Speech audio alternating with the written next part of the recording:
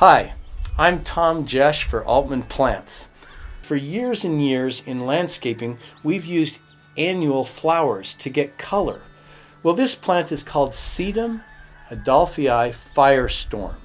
And it's called that because it gets brilliant yellow and red colorations to the leaves.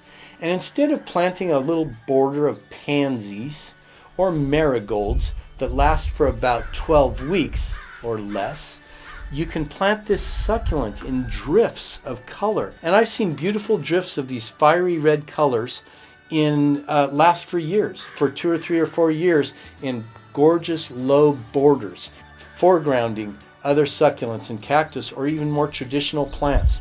So I like to think of this plant as being an excellent succulent used as a color drift or as a color punch in a bowl that has a planting of different varieties of succulents and sometimes even cactus in it.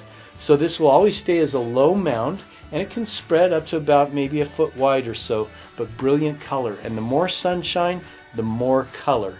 That would be Sedum Firestorm. Try to put that one out.